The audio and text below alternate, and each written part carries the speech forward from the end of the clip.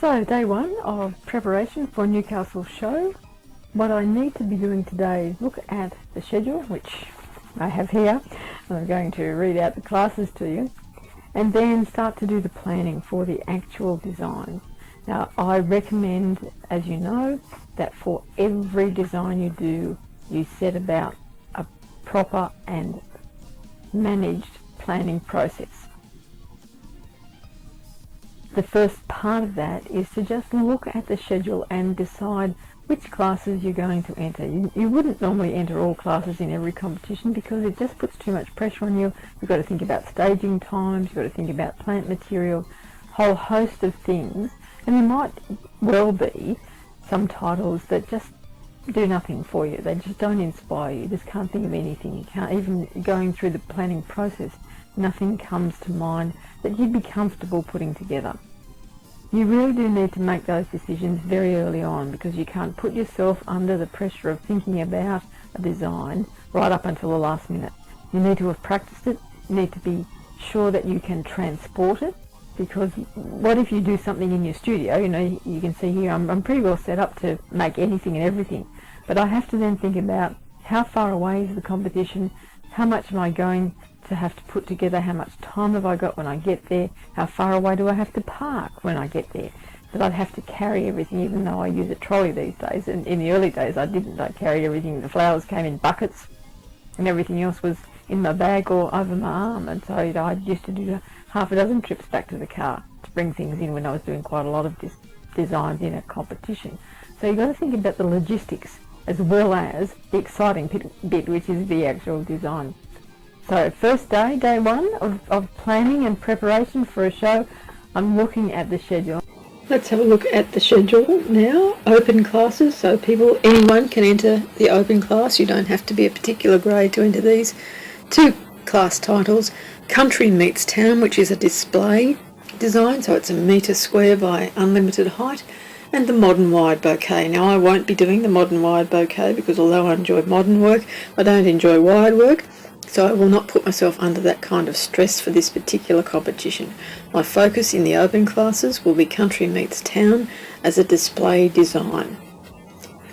If we move now on to the A grade titles. Now, A grade is for people who are employed in the florist industry or who have won more than 3 championships in any other grades, lower grades. So we've got Flowers in a Pumpkin, Modern using roses, using farm fencing wire, and a wall hanging using Australian native flora. For Class 2 and Class 4, I will have to ensure that roses and Australian native flora are dominant in the designs. Had it said only using roses and only using Australian native flora, then I would have to ensure that I did not use any other kind of plant material in those designs apart from the plant material that is stipulated. Obviously, with the pumpkin and the fencing wire, you obviously need to use those as well. They don't have to dominate the design. Back again for the video diary for Newcastle show.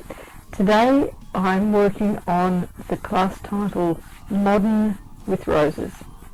So first of all, I need to ensure that I understand the modern design style, because this is a very defined design style. It has a number of elements within it, but a modern design is one that was developed in the 60s and 70s. So the most important thing for you to remember is that era, 60s and 70s. So you're looking for a design that shows materials used in a well-defined manner with depth and space vital to the design. So compared to what we would call traditional designs where lots of flowers massed in together, we now have design styles where there's space is part of the design.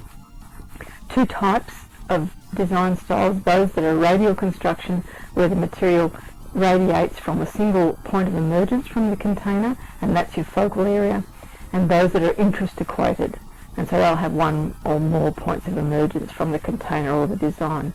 Now, within the modern umbrella, there are a number of other defined design styles. So that if you, in a schedule, saw that you were required to present a modern design, you could start with the basic modern, which is one of the design styles that I'll use, or you could have some of these others. So you could have abstract, interpretive abstract, Sculptural abstract, assemblage, which is a very difficult design style to do, the basic modern, cascade, collage, combined line mass, creative line mass line, free expression, free form, free style, and then the kinetic designs, so the designs that actually move or give the indication of movement, so mobiles, stabiles and stamobiles. Modern mass, which is sort of the transition design between traditional and modern, because you still use a lot of floral material, but you mass it together rather than have it spaced the way you would and staged the way you would with a traditional design. Sculpture and still life in the modern design. So first of all, I've decided that in doing the modern designs, I've looked at the containers that would work, and predominantly if you're going to use a container, you would use ceramic or glass or metal to a certain extent. I've gone with one of each, one ceramic, one glass. Here we are back preparing for the Newcastle Regional Show, and today I just want to mention about the planning side of things. Now this is my planning book, the current one I'm using. It's what I use to give me an idea of what I need for each design. So you can see very basic drawings. I'm no artist with pen and ink. I am somewhat of an artist with flowers and plant material. Just a basic design, just a basic drawing, so that it gives me a reminder of what I was thinking about for this particular design. What it also does is give me a list of the mechanics that I might need to practice or make sure that I have all of the bits and pieces for. I can get a list of plant material that I need for these designs, as well as looking at how I will actually stage it. So not just about the container and the plant material that's going to go into the container, but how I will actually put it on the bench or the plinth or hang it if it's a wall. One of these is a wall hanging. So it reminds me that I've got to make sure I have got a hook at the back of it so that it can be hung on the wall. Planning, a really important phase in preparing for a competition. The containers that I'm going to show you today are for the class that is entitled Modern Design with Roses, using roses. Now, if you've seen any of my other videos about basic modern designs, you'll understand that the containers are very important to tell the story. Apart from the plant material, the container is going to help tell the story of a basic modern design, because they can be a very much a statement piece. So two containers that I'm going to use in these designs, this black one, this black ceramic one with the hole in it. This is up the point of emergence for the plant material. This is a very dominant container. So what I have to be careful of is that I do something that breaks up this smooth and shiny surface, and that the blackness doesn't become the thing that you look at when you look at the plant material incorporated into this container. So I'm going to have very bright plant material, and with roses that can sometimes be a challenge. These days you can get some pretty bright pinks, but I think I'll probably go for yellow, because yellow and black is the best contrast you can get.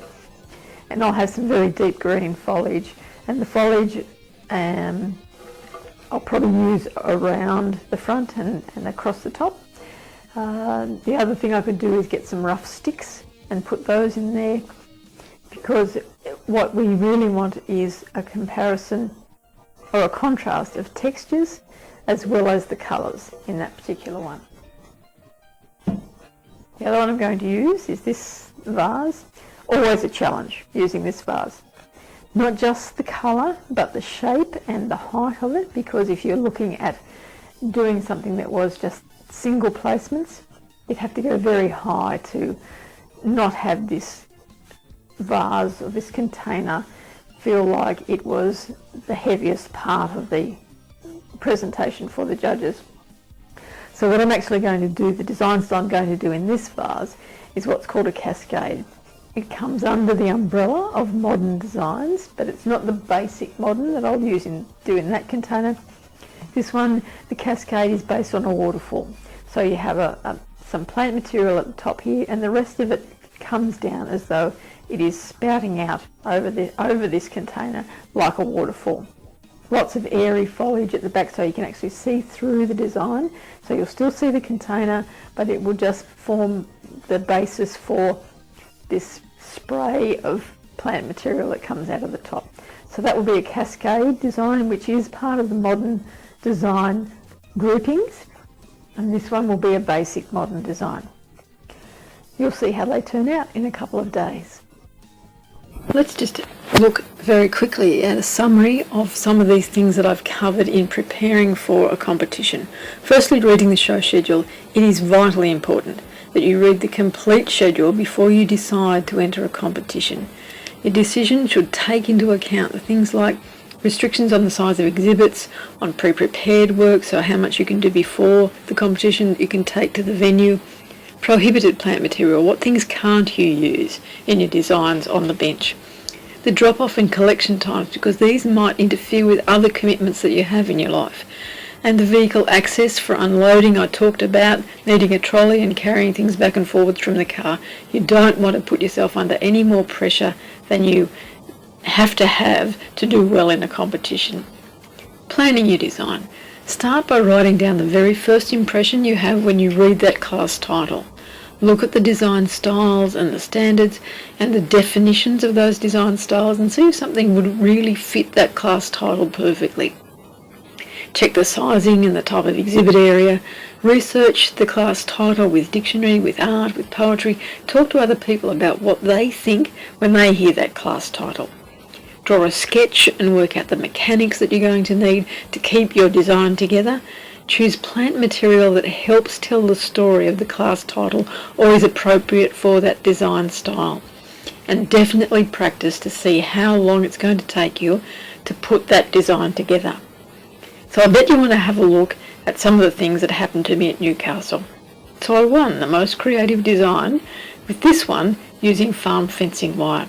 It didn't actually win in its class, but it won the most creative design overall out of all of the exhibits that were at this particular show.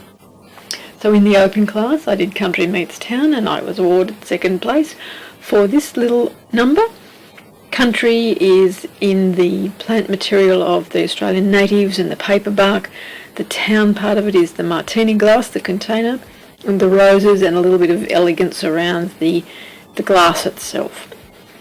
In A grade, using farm fencing wire, and I gained first and second places. First place was for this little number, which is an old fence post from a farm fence with some wire through it, and then the plant material, very vertical design. And this one that you've seen before, which is using the farm fencing wire in the circle and the plant material attached to it.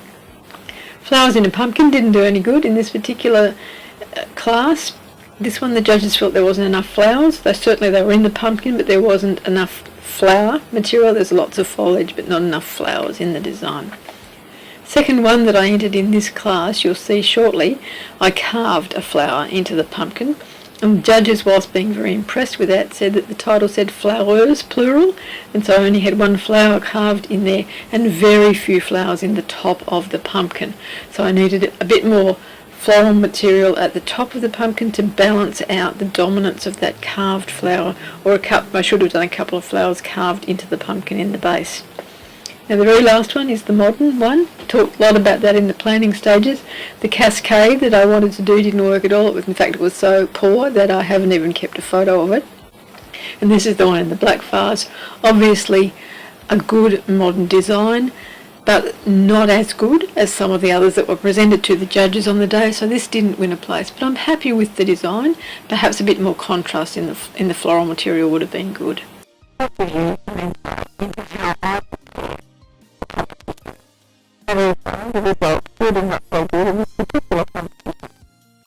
Kim Bailey, and this is Floral Art Fridays.